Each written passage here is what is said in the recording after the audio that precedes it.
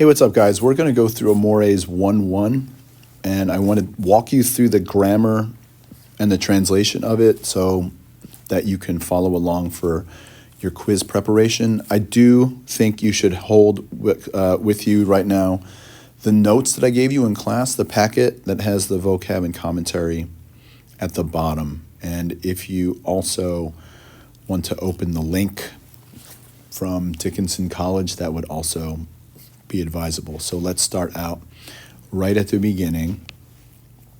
I'm going to go left to right so you can help piece it together, to help you piece it together. Arma is going to be the accusative direct object. Right? Weapons, and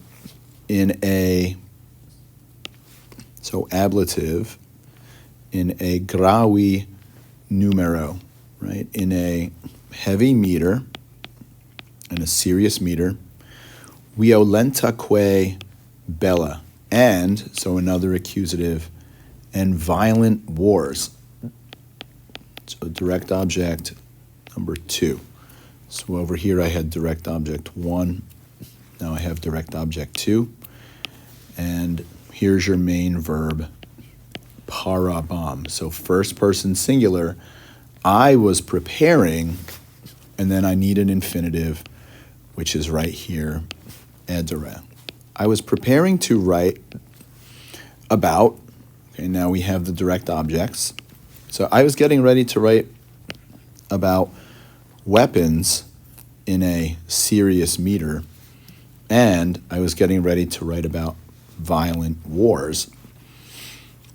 Now I have an ablative absolute, materia conveniente, and you can see I have ablative endings here. With the materia, with the material being fitting for the modis, for the meter. So we have two words here that are going to refer to meter, right? Numero and modis. Both of those are going to mean meter for us in this poem. So I was getting ready to write about these things because the material, right, the subject matter was fitting for the modis, for the meter. And then it tells us the inferior versus, right? So here's your subject. The lower verse, so he's talking about the fact that this is a couplet, right? The lower verse, the second line, erat, here's your verb, was par. Literally, it means equal. So I like to say of equal length. So the lower verse was the same length. However, and you don't need to say that, Declan, when you're translating, but Cupido, so there's my subject, but Cupid, verb, is said, and then I have an infinitive, risese, to have laughed. That's the first thing he did. And what else? And he is said to have, infinitive, to have stolen unum pedem. So accusative, an object of seripuisse. Okay, so these two go together.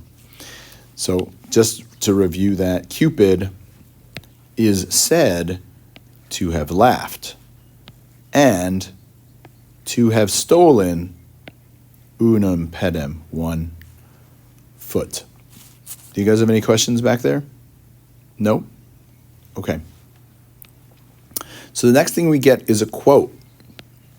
And this is a quote from whoever's speaking, the narrator, to Saiwe puer. So I'm going to mark this off as vocative, and I usually use purple for that. So, oh, savage boy. Oh, savage or uncultured boy. Quis, so here's a question, subject. Quis, who did it, gave to you, pink is dative, and we finally see it in its form it's supposed to be used in. It's the indirect object. Who gave to you, and that means I need a direct object. Hoc, this Juris, what I have is called a partitive genitive, right? This literally of law. So who gave you this of law, this small piece of law? In carmina, and that's a prepositional phrase that means over poetry, over songs. So, oh, naughty boy, quis, who gave to you this right over poetry? And then he says summa. So we're still talking about Ovid, the speaker, right? We are, and that's your subject and your verb in the same word. So we are the nominative and apposition. In a predicate nominative, right? We are the wates. We are the poets, the prophets of Pieridum, and you know these are the muses. So genitive plural with this ending um. We are the prophets of the muses, right? We being turba, we, the crowd, are the prophets of the muses. We are not tua. We are not yours. And you can do this in different ways. We are the prophets of the muses, or the crowd of us is not your crowd, but we are the prophets of the muses. Quid si is a way for Latin to say, what if? What if? What would happen if? Right? And now I need a subject, Venus.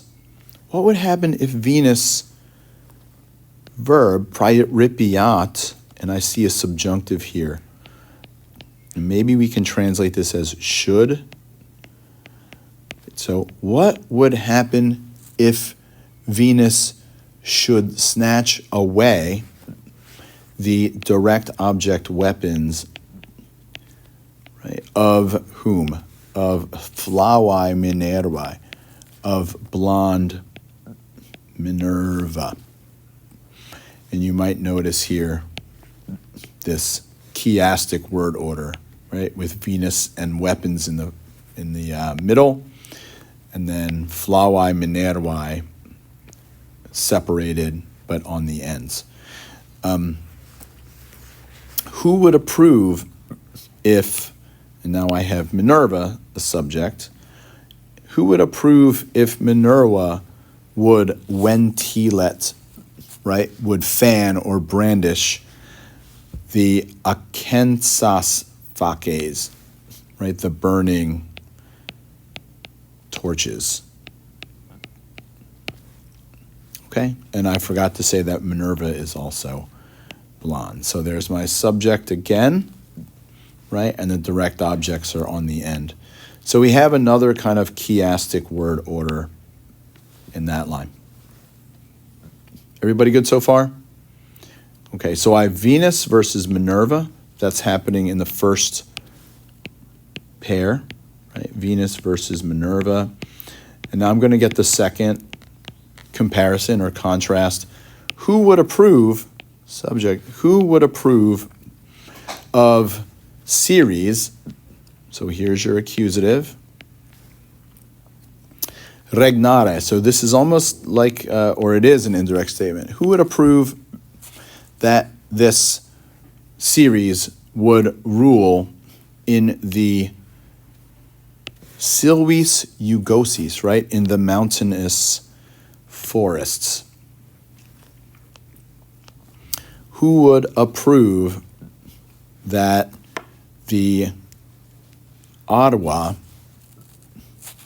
who would approve that the fields, okay, so Ottawa is accusative with an infinitive, be, who would approve of the fields being cultivated, lega, ablative, by the law, by the right, by the rules of fare tratai virginis, so genitive of possession, And this is the maiden goddess who wears a quiver, and that we know is the goddess Diana, the goddess of the hunt.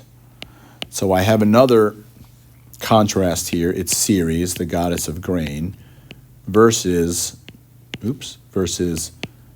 Diana. Right, that takes us through line 10. Any questions on that? Nope.